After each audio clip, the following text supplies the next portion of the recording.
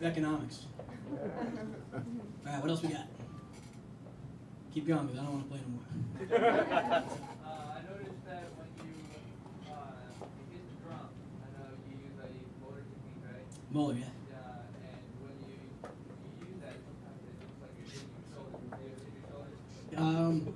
I haven't in a really long time, but I do remember one time hitting myself in the face so hard that I knocked myself out. You guys, with my parents there somewhere, right? You guys remember that, right?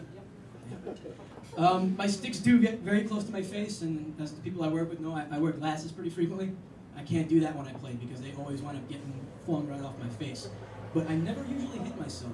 I'm pretty, it's pretty tight. It gets really close. Like I can feel the sticks whizzing past my head on the high strokes, but I rarely ever collide with them. Thanks for looking out for me. Anybody else?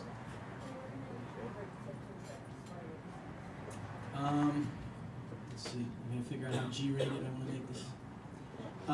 Music-wise or like life-wise? People in other countries are, I hate to say this, they're way more tolerant than especially people in Long Island.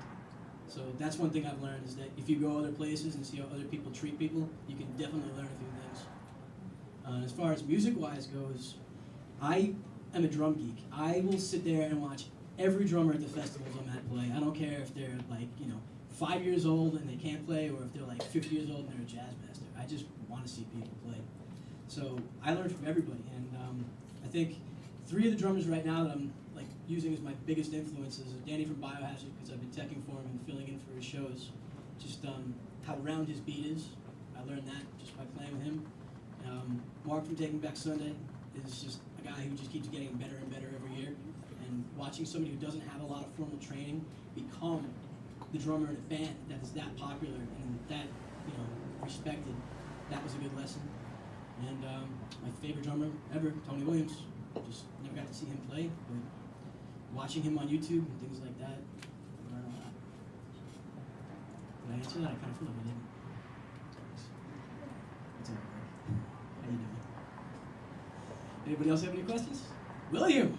There he is. How do you just seem so consistent in doing all over the I don't. You just don't hear the mistakes.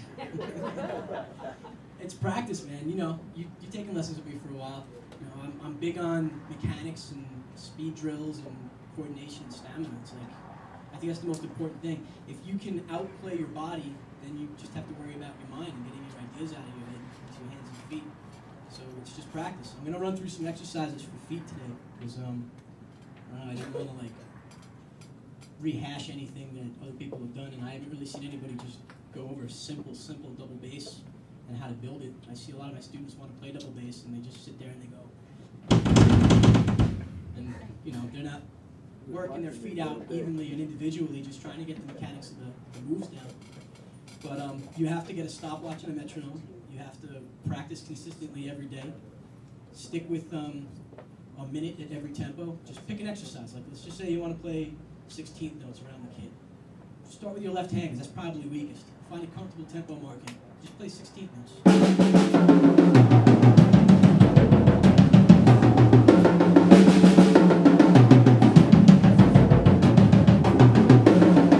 Just do that for a minute at a nice, comfortable warm-up tempo. Bump it up 5 metronome markings. Do it again for a minute. Do it again for a minute 5 faster, until you can't go any faster.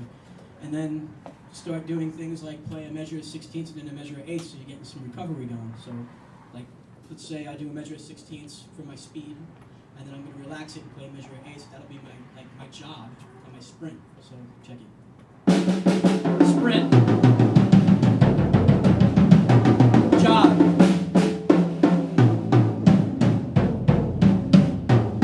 Sprint.